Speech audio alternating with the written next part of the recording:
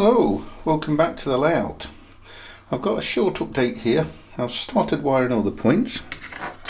I've got majority of them wired up at the moment. I've wired a power switch for the lights. I've had some couple of extra buildings with the lights. As you can see, I've added a fuel depot. This is actually the Bachmann fuel depot, and I've added the lights on the underside of the canopy. It's just a three LED lights underneath there, as close as I can to the fluorescent tubes to give it a feeling that it's like the fluorescent lights coming through. So it's not damaged the building at all. You know, it can be easily removed. So I didn't want to drill any holes in there, and that was like to control that. I've added a connector which has got two power supplies to it, one for the points and a 12-volt one for the lights. I've just put a spring-loaded contact there which I'm using for the DCC bus,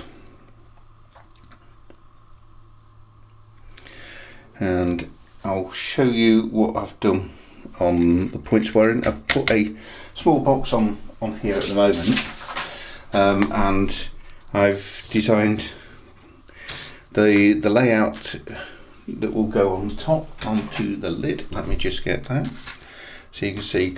What I did is to make sure I've got the correct size for the lid. I scanned it onto an A4, which gives me the exact size. Then I can then open that up in a PowerPoint, just do a design. Sometimes you need to do a little bit of moving around. Maybe you've got the point switches too close to each other. It's not digital points, I'm just doing it as an analog, and then that will fit on there nicely with just the switches on the top. Let me show you on the bottom and what I've got left to do.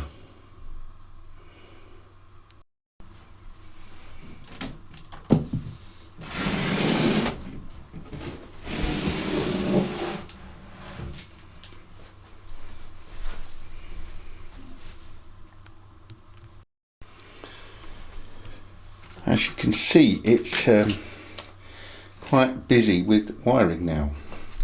So you can see how the seat motors have been wired.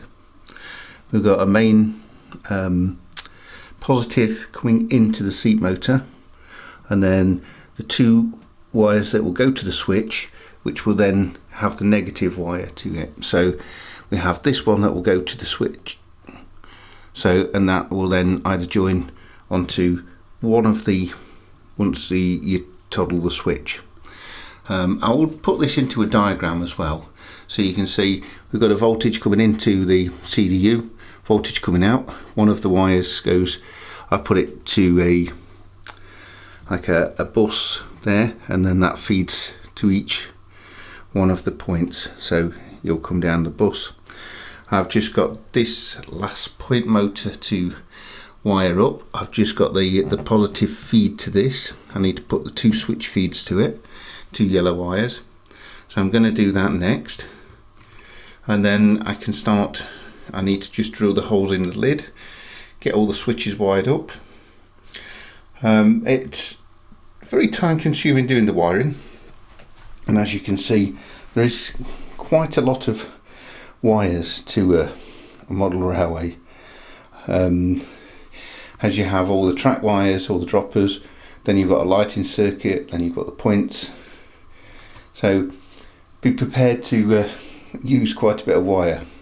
I've ordered some more 1K resistors as well, so we can, as I've got a couple more buildings that I'd like to light up.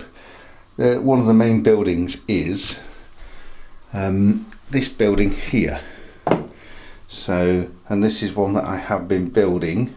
This is a Scalescenes, and I've just started to add some extra detail with some ladders on there.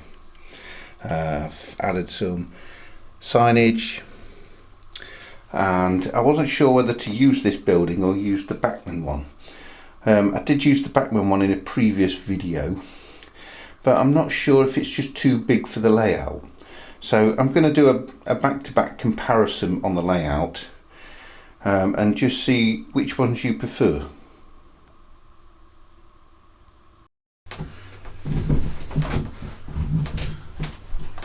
This is the engine shed, or the traction maintenance depot building that I've been working on.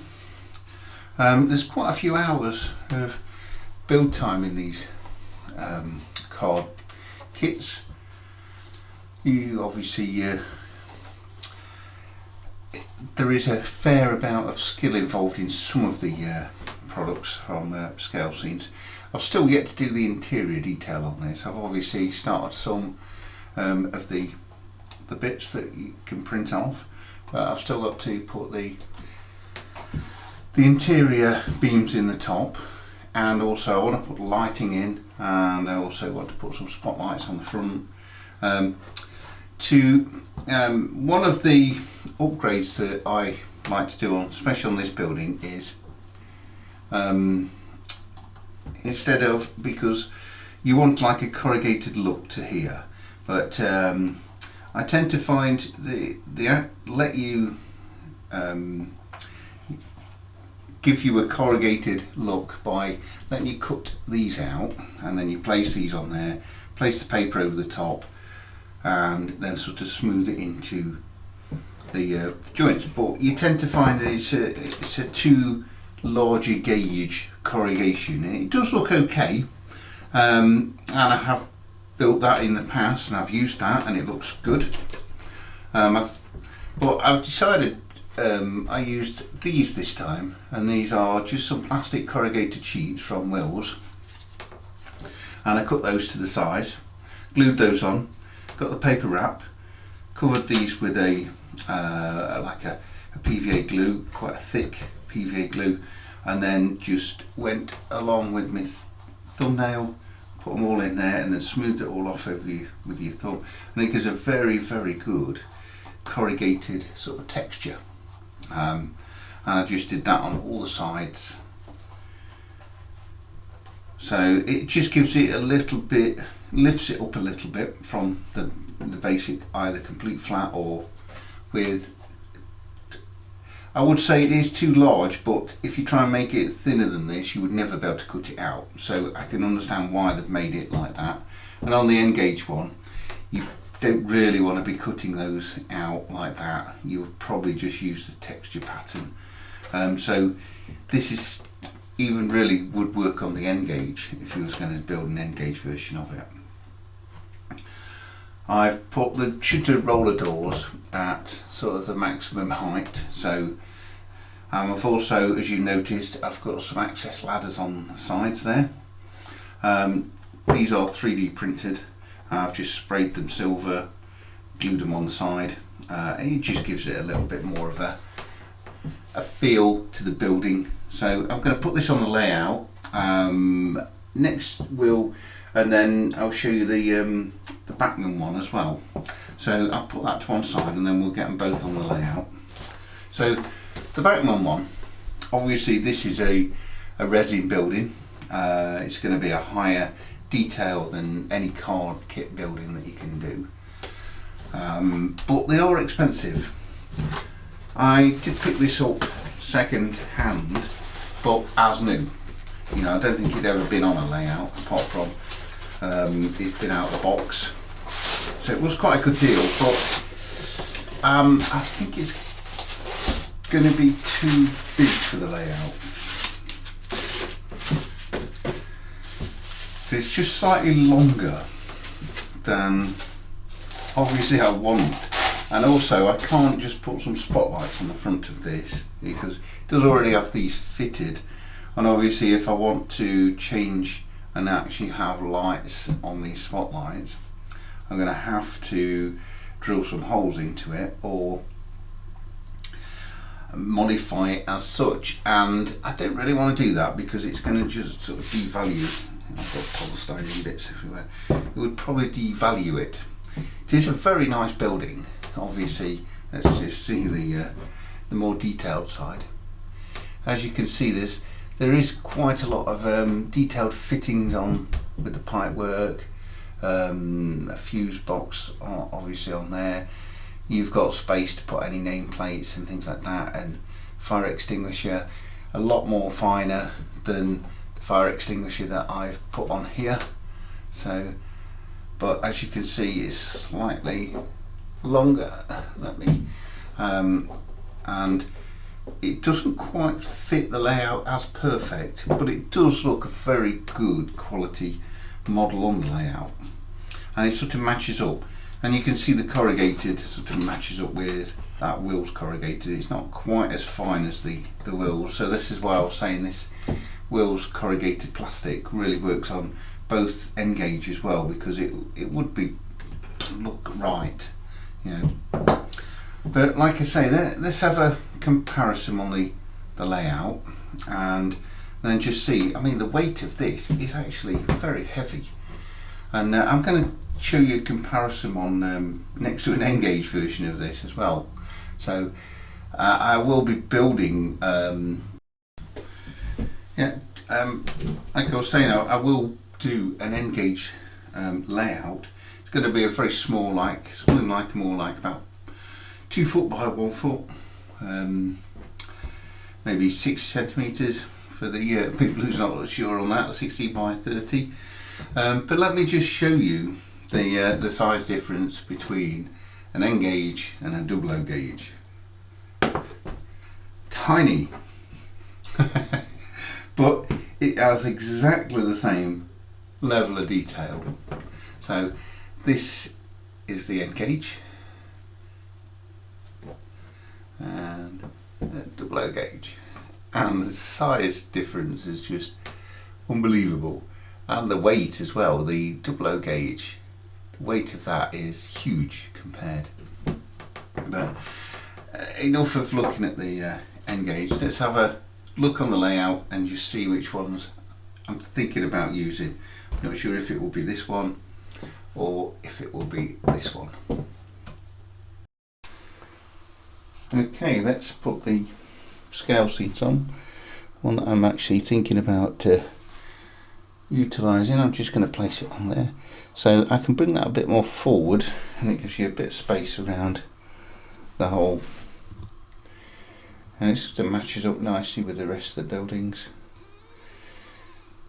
And if you have a look on the banner for the channel, you'll see on a previous build that I've done, which uses the same building, but it's a slightly different type of layout that I did on that one. So let me swap that for the Bachmann one. And obviously this is a slightly bigger building, so I need to just move this back a little bit more. It does just fit. I didn't actually plan on using this building. I planned on actually building just the Scalescenes one, or having a second building the same as this sort of shed, you know. So but it does match up with that shed better than the Scalescenes, but I'm not convinced on the size, you know. If I put the lights on, I think if I plug in, I'll unplug them at the moment, so let me just plug in those lights so you can see their inspection pit lights. Should light up through, so it's not obviously as easy to see.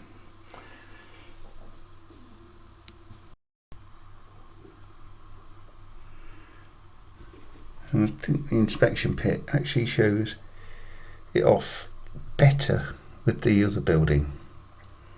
So